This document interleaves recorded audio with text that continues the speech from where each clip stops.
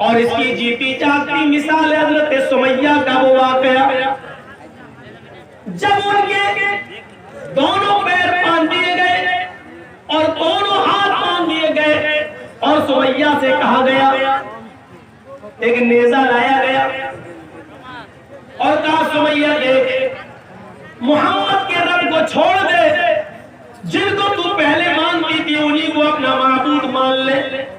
تو سمیہ نے کیا کہا؟ حاشا وکلا، ہرگز نہیں۔ ابو جہل نے وہ نیزہ نکالا، ابو جہل نے وہ نیزہ اٹھایا اور پورا کا پورا سمیہ کے جسم میں، سمیہ کی شرمگاہ کے اندر، سمیہ کے پیشاب کے راستے میں پورا کا پورا وہ نیزہ داخل کر دیا، ادھر سے ڈالا اور اس طرف نکال دیا۔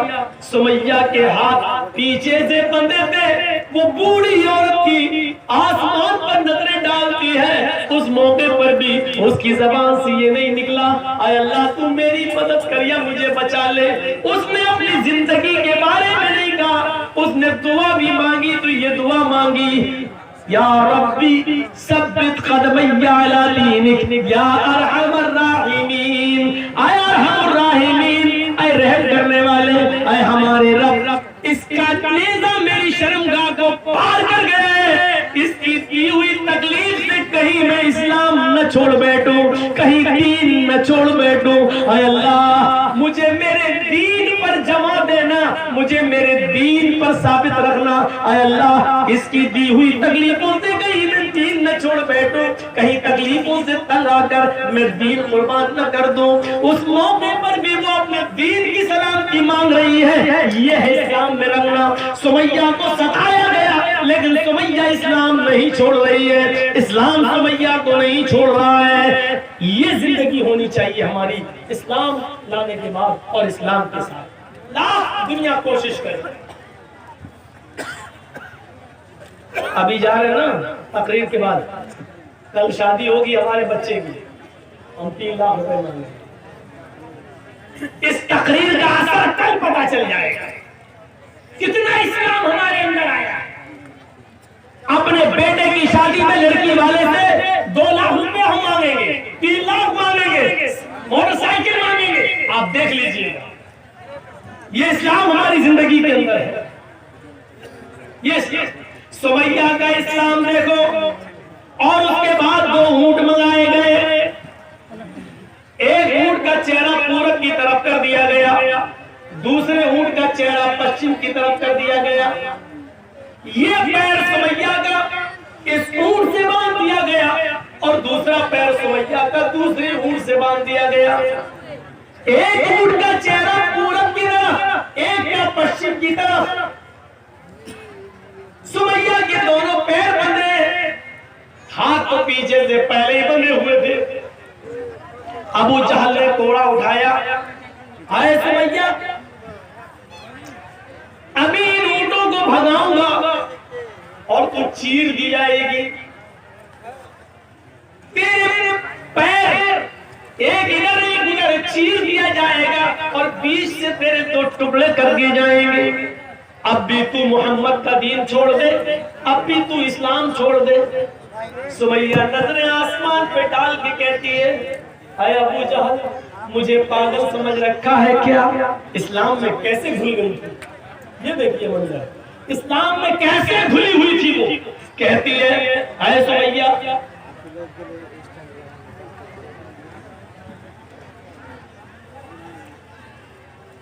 سمیہ کا حال دیکھیا کیسے کھلی ہوئی تھی وہ اسلام کے اندر، کیسے کتنی اسلام کے اندر اسلام اس کے گھر، اس کے دل میں گھر کر گیا تھا۔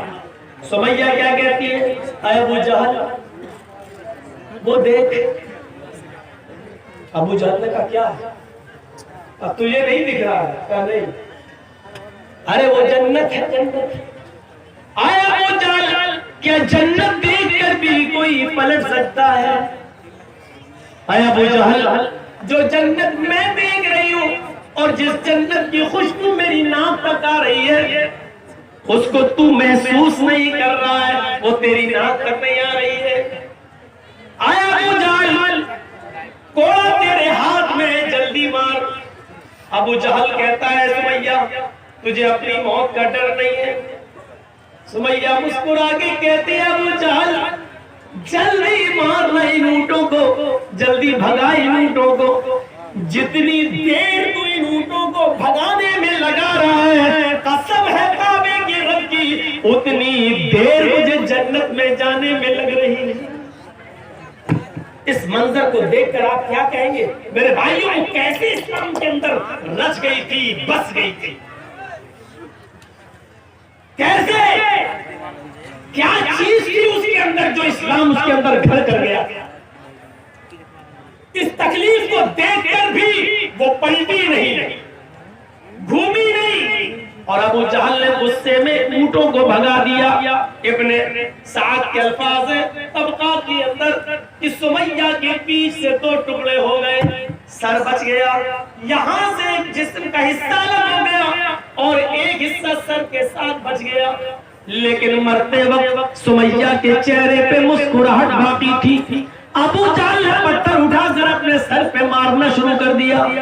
لوگوں نے کہا یہ کیا کر رہے ہو، پاگل ہو گئے ہو؟ کہتا ہاں میں پاگل ہو گیا ہوں، سمیہ کا سب کچھ چھینا، اس کی جان چھینی، اس کو موت کے گھاٹ بھی اتارا، لیکن پھر بھی سمیہ جیت گئی، میں ہار گیا۔ مرتے وقت بھی مسکرا رہی ہے، دیکھو مجھے چڑھا رہی ہے، مرتے وقت بھی وہ بالکل بس مردہ نہیں ہوئی، مرتے وقت بھی ہنستے ہوئے مری۔ اس نے تو مجھے للکار دیا ہے، اپنی جان ہنستے ہوئے دے دی ہے۔ دنیا کیا کہے گی آنے والے دنوں میں نے ظلم بھی کیا تو ایک بوڑھی عورت کے اوپر ظلم کیا، میں نے جس بوڑھی عورت پہ ظلم کیا ابو جہل اس کی ہنسی اور اس کی مسکراہٹ بھی نہیں چھین سکا۔ میرے پیارے ساتھیوں، یہ ایمان تھا جو سمیہ کے اندر، یہ اسلام تھا جو سمیہ کے اندر گھل گیا تھا۔ ایک آج ہمارا اسلام ہے جو جلسوں کے بعد ہمیں پتا چل جائے گا، یہاں سے نکلیں گے اور جائیں گے اسی وقت ہمیں پتا چل جائے گا کہ ہمارا اسلام کیا ہے۔ میرے پیارے ساتھیوں، ادخلوا فی السلم کافہ، جب اسلام کے اندر داخل ہوئے ہی ہو تو پورے کے پورے داخل ہو جاؤ۔ قرآن کہتا ہے یا ایھا الذین آمنوا لا تلھکم اموالکم ولا اولادکم عن ذکر اللہ ومن یفعل ذلک فاولئک هم الخاسرون۔ ایمانوں والو، تمہیں تمہارے مال اور تمہیں تمہاری اولادیں کہیں اللہ کی ذکر سے غافل نہ کر دے، جو ایسا کرے گا وہ بہت بڑا نقصان اٹھائے گا۔ وَأَنفِقُوا مِمَّا رَزَقْنَاكُم مِّن قَبْلِ أَن يَأْتِيَ أَحَدَكُمُ الْمَوْتُ فَيَقُولَ رَبِّ لَوْلَا أَخَّرْتَنِي إِلَىٰ أَجَلٍ قَرِيبٍ فَأَصَّدَّقَ وَأَكُن مِّنَ الصَّالِحِينَ۔ موت کے وقت آدمی کی جو تمنا ہوتی ہے، موت کے وقت آدمی کی جو خواہش ہوتی ہے، وہ قرآن پیش کر رہا ہے۔ کیا کہے گا؟ اللہ کہتا ہے اس موت کے آنے سے پہلے اللہ کے راہ میں خرچ کر دو۔ وَأَنفِقُوا مِمَّا رَزَقْنَاكُمْ، اللہ نے ہم نے تمہیں جو رزق دیا ہے اس میں سے خرچ کرو اس موت کے آنے سے پہلے۔ أَن يَأْتِيَ أَحَدَكُمُ الْمَوْتُ، اس موت کے آنے سے پہلے کہ جب تم میں سے کسی کو آئے، فیقول، اور اس وقت جب فرشتے کو وہ اپنی آنکھوں سے دیکھ لے کہ یہ میری روح قبض کرنے آیا تو چیخ پڑے فَأَصَّدَّقَ وَأَكُن مِّنَ الصَّالِحِينَ، مجھے تھوڑی سی مہلت اور مل جاتی، میں صدقہ اور خیرات کر لیتا۔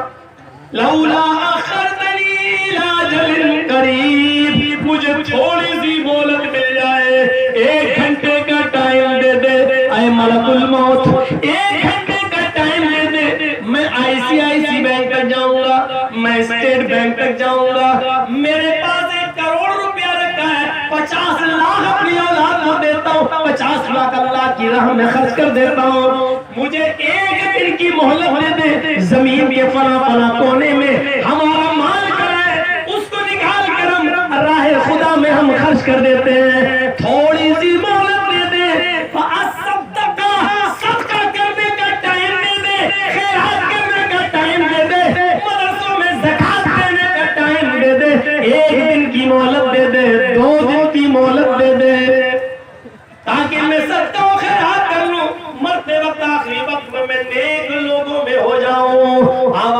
جائے گی، نہیں نہیں ہرگز مہلت نہیں دی جائے گی۔ وَلَن يُؤَخِّرَ اللَّهُ نَفْسًا إِذَا جَاءَ أَجَلُهَا، جب کسی کی موت کا وقت آ جاتا ہے، جب کسی کا فکس ٹائم آ جاتا ہے تو اب اس کو مہلت نہیں دی جاتی ہے، ہرگز نہیں۔ اللہ لالچی نہیں ہے، اب 50 لاکھ کے لیے 1 کروڑ کے لیے تجھے 1 دن کی مہلت دے دے گا، نہیں نہیں، اب تیری موت کا وقت آ چکا ہے، اب تجھے مہلت نہیں دی جائے گی، بالکل نہیں۔ میرے پیارے ساتھیوں، مہلت مل چکی ہے اور ابھی مل رہی ہے، کوئی بھروسہ نہیں ہے موت کا، اس سے پہلے خرچ کر لو، صدقہ دے دو، خیرات کر لو، جو چیز تمہیں کرنا کر لو، ابھی جو تم دے دو گے وہی تمہارا ہے، جو خرچ کر لیا وہی آپ کا ہے، جو آپ کے پاس ہے وہ آپ کا نہیں ہے، جو آپ کے پاس ہے وہ آپ کا نہیں ہے، جو خرچ کر چکے ہو اللہ کی راہ میں وہ آپ کا ہے، کیونکہ وہ ایک جگہ جمع ہو چکا ہے۔ فرمایا جناب محمد رسول اللہ صلی اللہ علیہ وسلم نے، بادروا بالاعمال سبعا هل تنتظرون الا فقرا منسيا او غنى مدغيا او مرضا مفسدا او حرما مفندا او موتا مجهزا، 7 چیزوں کے آنے سے پہلے نیک اعمال میں جلدی کرو، 7 چیزوں کے ظاہر ہونے سے پہلے نیک اعمال میں جلدی کرو۔ اگر تم غریب ہو تو امیر بننے سے پہلے نیک اعمال کرو۔ هل تنتظرون الا فقرا منسيا، کیا تم اگر تم امیر ہو، اگر تم دولت مند ہو تو ایسی فقیری کا انتظار مت کرو جو تمہیں الا فقرا منسيا، هل تنتظرون الا فقرا منسيا، کیا تم ایسی فقیری کا انتظار کر رہے ہو جو تمہیں سب کچھ بھلا دے؟ پیسہ ہے، دولت ہے، ابھی آپ سردیوں میں گرم کپڑے لے سکتے ہو، گیزر لا سکتے ہو، گرم پانی سے نہا سکتے ہو، گرم کپڑے لا کر فجر میں جا سکتے ہو، ابھی پیسہ ہے تمہارے پاس، کیا تم غریبی کا انتظار کر رہے ہو؟ جب سب چھن جائے گا تب جاؤ گے نیک عمل کرنے، جب کچھ نہیں رہے گا تب جاؤ گے؟ تو غریب ہونے سے پہلے نیک عمل۔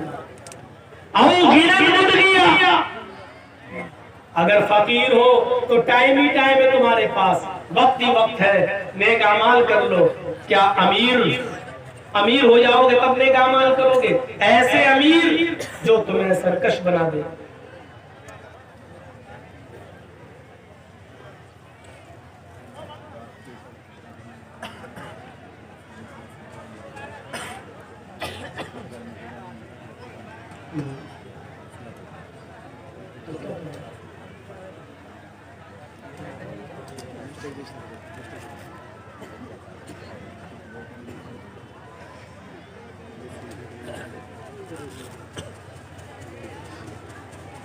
تو ان 7 چیزوں کے آنے سے پہلے ہمیں اور آپ کو نیک عمل کرنا ہے۔ اگر امیر ہو تو غریبی سے پہلے، غریب ہو تو امیری سے پہلے۔ جب غریب آدمی امیر بنتا ہے نا تو ایک دم سرکش ہو جاتا ہے، وہ سوچتا ہم نے اپنے ہنر سے کمایا، تو ایسی سرکشی کا انتظار، ایسی امیری کا انتظار مت کرو۔ او مرضاً مفسدہ، تندرست ہو، صحت مند ہو تو مریض سے پہلے، بیماری سے پہلے نیک عمل کر لو۔ اچھے خاصے ہو، نماز نہیں پڑھ رہے ہو، جب ایکسیڈنٹ ہو جائے گا، ٹانگ ٹوٹ جائے گی تب جاؤ گے نماز۔ او حرمن مفندا، جوان ہو عبادت کر لو، کیا ایسے بڑھاپے کا انتظار کر رہے ہو جو تمہاری عقل خراب کر دے؟ جوانی میں نماز نہیں پڑھی، اب عقل خراب ہو گئی، اب جا رہے نماز پڑھنے، پتہ ہی نہیں وضو میں 3 بار دھو رہے ہو کہ 5 بار دھو رہے ہو، سجدے 2 کر رہے ہو کہ 8 کر رہے ہو، عقل خراب ہو، اب جاؤ گے عبادت کرنے۔ اور موت مجھیزہ، یا اچانک آ جانے والی موت سے پہلے نیک عمل کر لو۔ زندہ ہو تو عمل کرو، کیا موت کا انتظار کر رہے ہو؟ اب الدجال بشر غائب ینتظر، کیا خروج دجال کا انتظار کر رہے ہو؟ جب دجال نکلے گا تب تم نیک عمل کرو گے۔ اب الساعہ وساعت والعمر، کیا قیامت کا انتظار کر رہے ہو؟ قیامت سے پہلے نیک عمل کر لو۔ تو میرے پیارے ساتھیوں یاد رکھیے گا، سب سے بہتر چیز ہوتی ہے صدقہ و خیرات۔ جو انسان کی تقدیر میں بہت سی چیزیں لکھی ہوئی ہوتی ہیں، لیکن صدقہ آنے والی مصیبتوں کو بھی ٹال دیتا ہے، آنے والی مصیبتوں کو بھی دور کر دیتا ہے۔ صدقہ اور خیرات تو میرے بھائیوں زیادہ سے زیادہ صدقہ و خیرات کر کے آنے والی مصیبتوں سے اپنے آپ کو بچاؤ۔ تقدیر میں یہ بھی لکھا ہوتا ہے کہ اس آدمی کے اوپر یہ مصیبت آنے والی تھی، اس کا ایکسیڈنٹ ہونے والا تھا، لیکن یہ فلاں دن ایسا صدقہ کرے گا، اس صدقے کی وجہ سے اس کا ایکسیڈنٹ ٹل جائے گا۔ یہ مصیبت آنے والی ہے لیکن صدقے کی وجہ سے یہ مصیبت اس کی ٹل جائے گی۔ یہ سب چیزیں لکھی ہوئی ہیں۔ تو جتنا چندہ ہونا چاہیے اتنا ہوا نہیں۔ میں آپ کے درمیان کچھ لوگوں کو بھیجوں اور ابھی کچھ لوگ چلے جائیں چادر لے کر۔ کم سے کم آپ لوگوں سے میری گزارش ہے، اور اسلام کے بارے میں تقریر سن رہے ہو، آپ نے دوسروں کے کہنے پر جو دیا ہے، لیکن مجھ سے محبت کتنی ہے آپ کو اور میرے کہنے پر آپ کتنا دیتے ہیں، ایک بار جھولا دیکھنا ہے۔ آپ چادر لے کے بھیجیے۔ آپ کے درمیان کچھ لوگ بچے آئیں گے، چادر لے کر بھیج رہے ہیں۔ آپ لوگ بیٹھے رہنا، بھی تقریر جاری رہے گی انشاءاللہ۔ اور میں چند احباب کا نام لیتا ہوں جس کا نام اس سے پہلے بھی لیا جا چکا ہے۔ میں ہمارے ہر دل عزیز عبدالسبحان صاحب سے گزارش کروں گا، ہمارے اسی ڈائز پر یعنی اسٹیج پر ہی موجود ہیں، آپ مولانا جرجیت صاحب سے ملاقات کریں اور اپنا خصوصی تعاون جو آپ دینا چاہ رہے ہیں، لکھانا چاہ رہے ہیں، آپ پیش کریں۔ اسی طرح میں فضیلت الشیخ مولانا جرجیت صاحب کے ہر دل عزیز چہیتے ڈاکٹر عالمگیر صاحب سے گزارش کرتا ہوں کہ آپ اپنے تعاون فضیلت الشیخ جرجیت صاحب کے ہاتھ میں دیں۔ اسی طرح میں جناب شریف الحق بالو بولا سے گزارش کروں گا، آپ اسٹیج پر تھے، ابھی جہاں بھی ہیں آپ سے گزارش آپ اسٹیج میں آئیں۔ اسی طرح ہمارے پورو مکھیا صداقت علی صاحب سے بھی گزارش کرتا ہوں کہ آپ اسٹیج میں آئیں۔ اسی طرح حاجی خلیل الرحمان صاحب اور جتنے بھی گاؤں کے ماسٹر حضرات ہیں تمام سے گزارش کرتا ہوں کہ آپ وقت کی نزاکت کو دیکھیں، وقت بہت ہی کم ہے۔ آپ سے گزارش بلا تاخیر آپ اپنے قیمتی تعاون فضیلت الشیخ مولانا جرجیت صاحب کے ہاتھ میں دے کر ثواب دارین حاصل کریں۔ تو میں عرض یہ کر رہا تھا، ان 7 چیزوں کے آنے سے پہلے ہمیں نیک اعمال کرنا چاہیے۔ موضوع میرا ہے اسلام کے اندر پورے کے پورے داخل ہو جاؤ۔ تو آج میں نے جو مثالیں دی ہیں آپ کو کہ ہمیں فائدہ ہو یا نہ ہو، ہمیں قانون کو پر عمل کرنا ہے جو قرآن نے اور حدیث نے بنا دیا، جو محمد رسول اللہ نے ہمیں دیا۔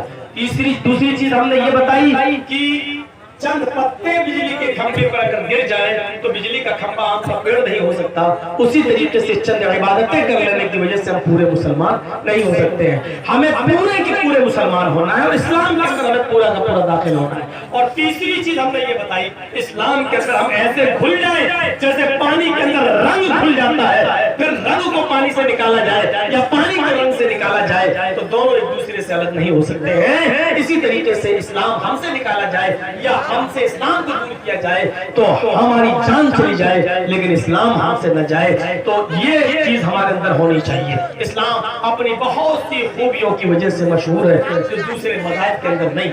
آپ دیکھیے، اسلام ہمیں برابری کا سبق دیتا ہے، اسلام ہمیں مساوات کا درس دیتا ہے۔ آپ دنیا کے کسی بھی جگہ چلے جائیے،